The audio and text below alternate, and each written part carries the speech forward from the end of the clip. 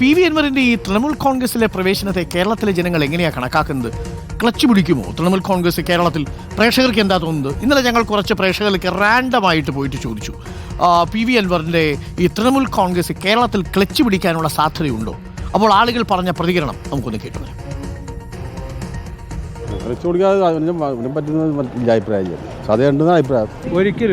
ഒരിക്കലും പിടിക്കില്ല. കാരണം അങ്ങനെ സ്വഭാവം അങ്ങനെയാണ്.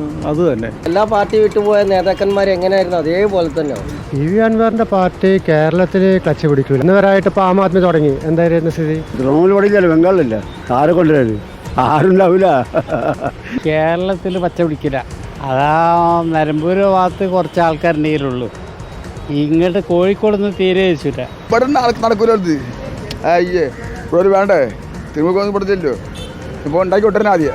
ഒരു സാധ്യതയില്ല. പിന്നെ അൻവറല്ലേ നേതാവ്, ഒരു സാധ്യതയില്ല. തൃണമൂൽ കോൺഗ്രസ് സത്യത്തിൽ ഇവിടെ ഇല്ലല്ലോ, ശരിക്കും ഇല്ലാത്തൊരു പാർട്ടിയാണ്. പിന്നെ കേരളത്തിലെ ജനങ്ങളൊക്കെ ബോധമുള്ള ആളുകളല്ലേ, അവരതിനനുസരിച്ച് തന്നെയാണ് എന്തായാലും വോട്ട് ചെയ്യുകയാണെങ്കിൽ ചെയ്യുള്ളൂ. നമ്മുടെ കേട്ടുകളില്ലാത്താണ് ഇപ്പോൾ ഈ സൗത്ത് ഇന്ത്യയിലൊക്കെ പാർട്ടി.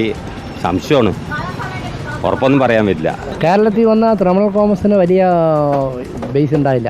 ഇല്ല, അത് ക്ലച്ച് പിടിക്കാൻ സാധ്യതയില്ല. ഇവിടെ പാരമ്പര്യമായിട്ടുള്ള പാർട്ടികളുണ്ടല്ലോ, അവരിനെ മറ്റേ ശയിച്ചുകൊണ്ടിരിക്കുമ്പോൾ ഒരു പുതിയ പാർട്ടി എങ്ങനെ ക്ലച്ച് പിടിക്കുക?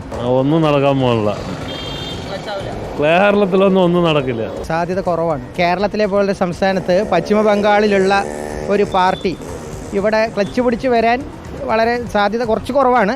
മലപ്പുറത്തിനെ സംബന്ധിച്ചിടത്തോളം വളരെ ചാൻസ് കുറവാണ്. എങ്ങനെയായാലും ഒരു 3 മുന്നണികളുടെ ഇടയിൽ പുതിയൊരു ക്ലച്ചിന് സാധ്യത കുറവാണ്. അത് ഇന്ത്യ മുന്നണിയിലേക്ക് കയറി പറ്റാനുള്ളൊരു തന്ത്രം അതായിട്ടാണ് ശരിക്കും ഫീൽ ചെയ്യുന്നത്. കേരളത്തിൽ വേറെ ഏത് പാർട്ടി ഒന്നും നടക്കില്ല. ക്ലച്ച് പിടിക്കാൻ സാധ്യതയില്ല. ക്ലച്ച് പിടിക്കുക വെച്ചാൽ അവരവരെ പ്രവർത്തനം പോലെ ഇരിക്കും. മലയാളീസ് നല്ല മനസ്സിലാക്കിയിട്ട് പ്രവർത്തിക്കുന്നവരല്ലേ, അവരെ പ്രവർത്തനം അങ്ങനെയുണ്ട്, അതിനനുസരിച്ചിരിക്കും. ക്ലച്ച് പിടിക്കില്ല. അൻവറിനൊരു സാധ്യതയുണ്ട്, വന്നാൽ ജയിക്കും, നിലമ്പൂർ ജയിക്കും. അൻവറിനെ കുറിച്ച് അറിയാമല്ലോ കാര്യങ്ങളല്ല. അപ്പോൾ അൻവർ വന്നാലും ആര് വന്നാലും കേരളത്തിൽ വേറൊരു പാർട്ടിക്ക് സാധ്യമല്ല. അല്ലെ വേറെ കക്ഷിയൊക്കെ കൂടിയിട്ട് വരണം. അങ്ങനെയാണ് അടുത്ത വർഷത്തിനെ കൂടിയില്ലല്ലോ. തൃണമൂൽ കോൺഗ്രസ് ക്ലച്ച് പിടിക്കാൻ സാധ്യത കുറവാണ്. മമതാ ബാനർജിയുടെ അത്ര അനുയായികളില്ല ഇവിടെ. അവരുടെ ഇതിലാണ് പോകുന്നത്. ബംഗാളിൽ മാത്രമേ ഉണ്ടാവും. പ്രതീക്ഷ വേണ്ട, ഇവിടെ എന്തായാലും നടക്കില്ല. കാരണം ഇവിടെ വേറെ രീതിയിലാണ് വരണം.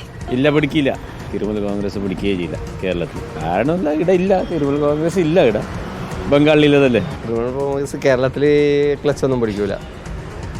കാരണം ഇവിടെ അങ്ങനെ ആൾക്കാർ എൻ്റെ അറിവിൽ കുറവാണ്. അയാൾ നല്ലൊരു മനുഷ്യനാണ്, നല്ലൊരു വ്യക്തിയും കാര്യങ്ങളും ചെയ്യുന്നല്ല കറക്റ്റാണ്. പക്ഷേ അയാൾക്ക് ഒരു സപ്പോർട്ട് ഇല്ലാത്തതുകൊണ്ട് അയാൾ പിന്നെ അങ്ങനെ വരാൻ ചാൻസ് കുറവായിരിക്കും തോന്നുന്നു. നാട്ടുകാരുടെ പൊതുവെയുള്ള അഭിപ്രായമാണിത്. അതിൽ നന്നായി പ്രവർത്തിച്ചാൽ ക്ലച്ച് പിടിക്കും എന്ന് അഭിപ്രായപ്പെട്ട ഒരാളുണ്ട് അല്ലേ. അപ്പോൾ അതൊക്കെ പ്രവർത്തനത്തെ പോലെ ഇരിക്കും. നമുക്ക് പി വി അൻവറിനെ അങ്ങനെ അണ്ടർ എസ്റ്റിമേറ്റ് ചെയ്യേണ്ട കാര്യമൊന്നുമില്ല. അദ്ദേഹത്തിനുള്ളൊരു ലീഡർഷിപ്പുണ്ട്. നമുക്ക് നോക്കാം എങ്ങനെയാണ് കാര്യങ്ങളൊക്കെ ഉരുത്തിരിഞ്ഞു വരുന്നത് എന്നുള്ളത്. തൃണമൂൽ കോൺഗ്രസിനെ ജോസ് കുറ്റ്യാനി നയിച്ചൊരു കാലമുണ്ടായിരുന്നു. പക്ഷേ അന്ന് ആരും കേട്ടില്ല അതിനെക്കുറിച്ച് കാര്യമായിട്ടൊന്നും. പക്ഷേ ഇപ്പോൾ രണ്ടാം വരവ് ഉഷാറാക്കാനാണ് പി വി അൻവറിൻ്റെ ശ്രമം. പി വി അൻവർ എന്തായാലും വരുന്ന ദിവസങ്ങൾക്കുള്ളിൽ തിടുക്കപ്പെട്ടാണ് കാര്യങ്ങളൊക്കെ നീക്കിക്കൊണ്ടിരിക്കുന്നത്. അതിനുള്ള ചലനം തുടങ്ങിക്കഴിഞ്ഞിരിക്കുന്നു. ഫലം കാണുമോ ഇല്ലയോ എന്ന് നമുക്ക് അടുത്ത തദ്ദേശ തെരഞ്ഞെടുപ്പിന് ശേഷം പറയാം.